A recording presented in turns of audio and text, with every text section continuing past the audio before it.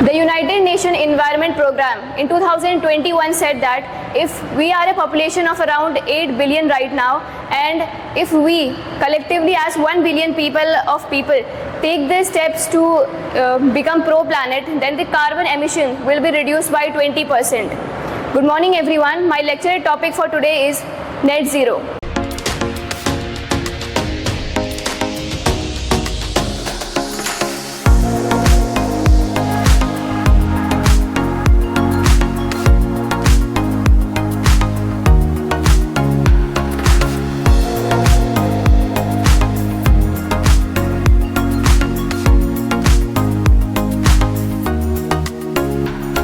By net zero, we mean when the greenhouse gases emitted by us as individual reduces and it goes away from the earth. It is when the emission will be balanced. In the recent past, we have seen that because of the rise in technology and growth in our consumerism habits, the toll on the environment has become very much. For example, the fashion industry, which accounts for 10% of the global carbon emission, which is more than the international flights and the shipping trade alone. You must have heard a Twitter post which went viral, which said that we Indians are not responsible for the plastic in the Pacific Ocean. All our plastic bags are hanging in a plastic bag behind our kitchen door. Although which is true, but in some cases we have to say that why we as an individual, we are holding the plastic bags in our kitchen, when there is still a chance to use the cloth bags and not the plastic bags.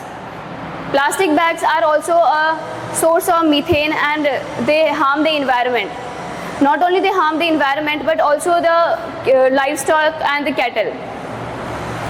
By reducing our consumerism and the technologies, we can have an environment which is fruitful for our sustenance.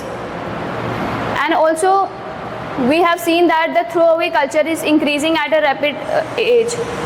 Earlier in India, people used to mend the clothes even when there was a possibility. But now that has gone fast because the consumerism has taken over and the cost of production has decreased. If we take the example of Sweden, which teaches to reduce all the waste and to reuse everything, there is also another example of Japan, which uses the cloths and the old blankets to turn into quilts.